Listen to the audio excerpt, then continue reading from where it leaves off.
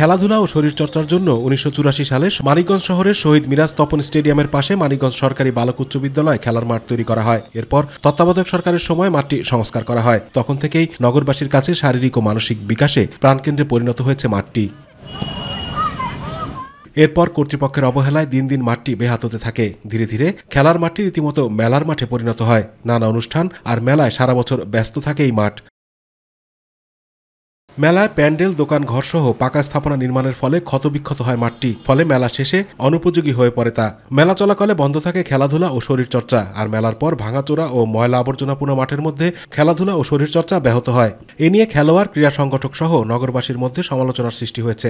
অবস্থা দেখতেছি খুবই খারাপ অবস্থা। এই মাঠে সব সময় মেলা, খেলা, বিভিন্ন অনুষ্ঠান হয়। সামগ্রিক দায়িত্ব তো প্রশাসনের। এমন একটা স্কুলের মাঠ, স্কুল যদি ঠিক মতো পরিচালনা না করে, না দেখে, এটা দেখার দায়িত্ব ডিসি সাহেবেরই থাকার কথা। খেলার মাঠে মেলা ও খানাখন্দের কারণে অনুশীলনের সমস্যার কথা বলছেন কোচ ও খেলোয়াড়রা। ফিল্ডিং করতে পারি না, তারপরে গ্রাউন্ডে ব্যাটিং করতে পারি না।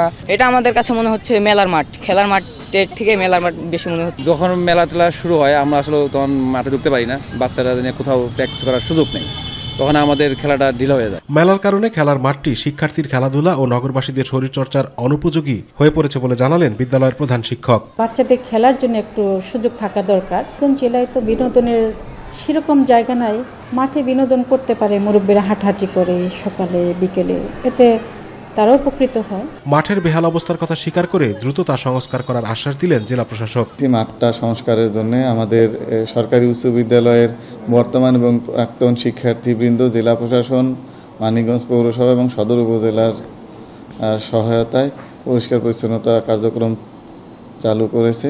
শহরের একমাত্র খেলার মাঠ নিয়মিত খেলাধুলা ও শরীরচর্চার উপযোগী করে তুলে মেলা বন্ধের দাবি নগরবাসীর। আতিকুর রহমান তিতাস, মাই টিভি।